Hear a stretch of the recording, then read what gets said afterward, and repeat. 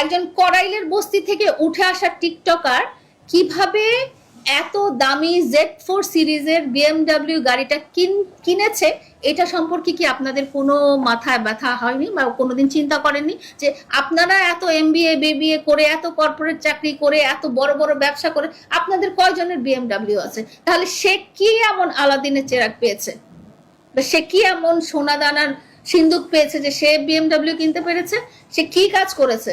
সে একটা সেলুন, কত সেলুন আছে, কত সেলুনের মালিক বিএমডব্লিউ চালায়? আপনারা এটা চিন্তা করেননি যে তার টাকার উৎসটা কি অবৈধ নাকি? অবৈধ টাকা দিয়ে সে কিনেছে কিনা, বা সে কালো টাকা দিয়ে কিনেছে কিনা, সে ছিনতাই করে, মাদক ব্যবসা করে, নারী ব্যবসা করে সে এই গাড়ি কিনতে পেরেছে কিনা আপনারা কখনো চিন্তা করেননি? সে তার মতো একজন টোকাই টিকটকার যদি বিএমডব্লিউ কিনতে পারে, তাহলে আপনারা কেন কিনতে পারছেন না?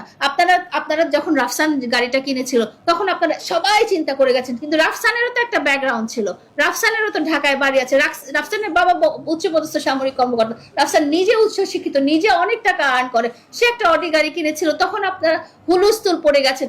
এখন আপনারা টিকটকার প্রিন্স মামুনকে কিভাবে বাহবা দিচ্ছেন?